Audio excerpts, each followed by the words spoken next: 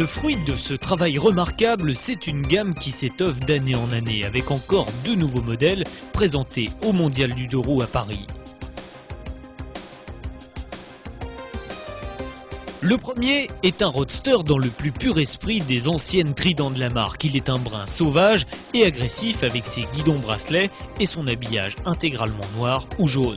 Comme son nom l'indique, la Speed Triple est équipée du fantastique 3 cylindres 900 cm3 dont la puissance est de 98 chevaux et le couple de 8,3 m/kg. 2 nouveautés font cependant leur apparition sur ce bloc. Des carburateur différents et une boîte qui ne compte plus que 5 rapports. La belle est chaussée de roues de 17 pouces et reçoit enfin un tableau de bord digne de ce nom. Annoncée pour 209 kg à sec seulement, elle devrait être la terreur des feux rouges à condition de pouvoir débourser quelques 65 000 francs.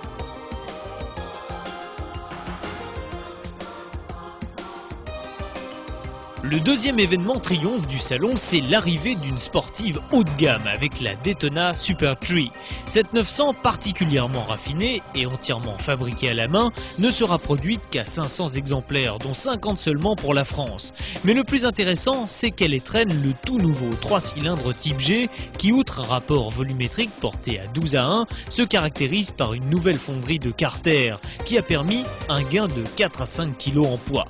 Malgré la nouvelle culasse, nous n'avons toujours droit qu'à 100 chevaux, mais la disponibilité à tous les régimes devrait être diabolique. Diabolique également les freins, avec à l'avant des étriers à 6 pistons, les pneus Dunlop à vocation racing, et enfin les pièces carbone que l'on retrouve un peu partout dans l'habillage de la machine. C'est beau certes, mais c'est cher, accrochez-vous, 85 000 francs.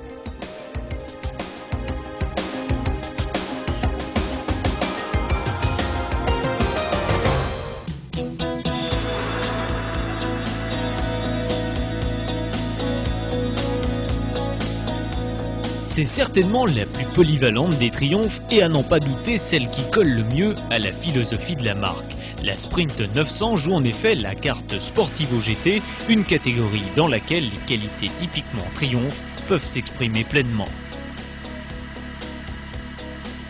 Mais avant d'être une bonne moto, la Sprint c'est surtout une belle machine. L'esthétique est une réussite, la ligne est à la fois racée et agressive et la qualité de réalisation est un ton au-dessus des machines japonaises. La peinture en est le plus bel exemple, 4 couches de vernis, 2 couches de lac, c'est-à-dire aussi bien que les standards automobiles les plus élevés. Autre gros atout, les caches latéraux et le carénage sont en ABS, donc incassables. Enfin, si cela ne suffit pas, il reste encore une foule de petits détails qui traduisent bien le soin apporté lors de la construction, comme le petit drapeau britannique en relief à l'arrière de la moto ou le tendeur de chaîne à excentrique monté sur le superbe bras oscillant en aluminium. Belle pièce également, la mécanique. Il s'agit du fameux 3 cylindres 900 cm3 dont la presse a unanimement vanté les qualités. Il développe 100 chevaux à 9500 tours, mais surtout un couple élevé de 8,3 m/kg à 6500 tours minute.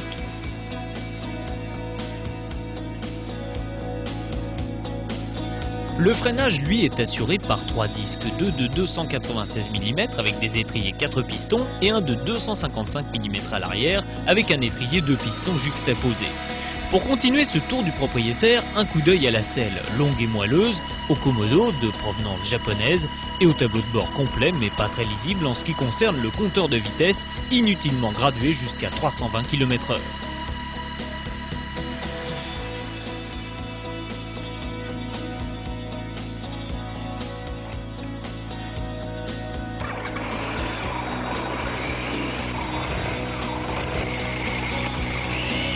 Une fois en selle, on est tout de suite séduit par la sonorité rauque du 3 cylindres. Sa musique n'a d'égal que son tempérament véritablement explosif. C'est certainement la mécanique la plus réussie du moment car elle allie caractère et efficacité. Très souple, plein de couple, complètement absent de vibration, bien servi par une boîte et un embrayage doux et précis, ce moteur britannique fait paraître les productions japonaises bien fades. De plus, les chiffres corroborent ses sensations.